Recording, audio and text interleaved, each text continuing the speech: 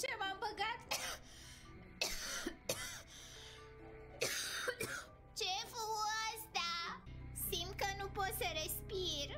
Doamne, dar ce dezastru e în casă. Nu mai pot și mai este doar jumătate de oră până când trebuie să mă duc să o iau pe Emma de la școală.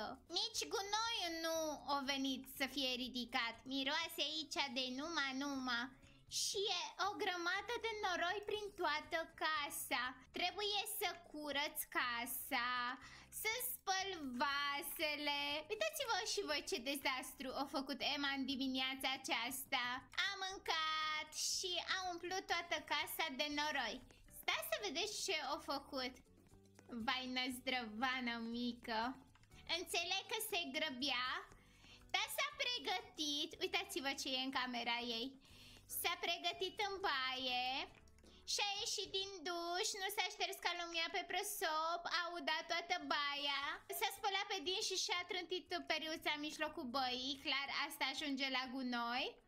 Și a udat toată camera și și-a luat adidașii care erau plini de noroi și s-a îmbrăcat și a scos tot dulapul și-a pus aici hainele murdare, s-a pieptănat și-a trântit aici oglinda de machiaj, mingea de basket, lămpile ei. Doamne, dezastru a făcut. Și eu acum trebuie să fac curat repede în toată casa. Uite, nu vine să cred că și-a târnat și aici haine. Și să curăț cât mai repede.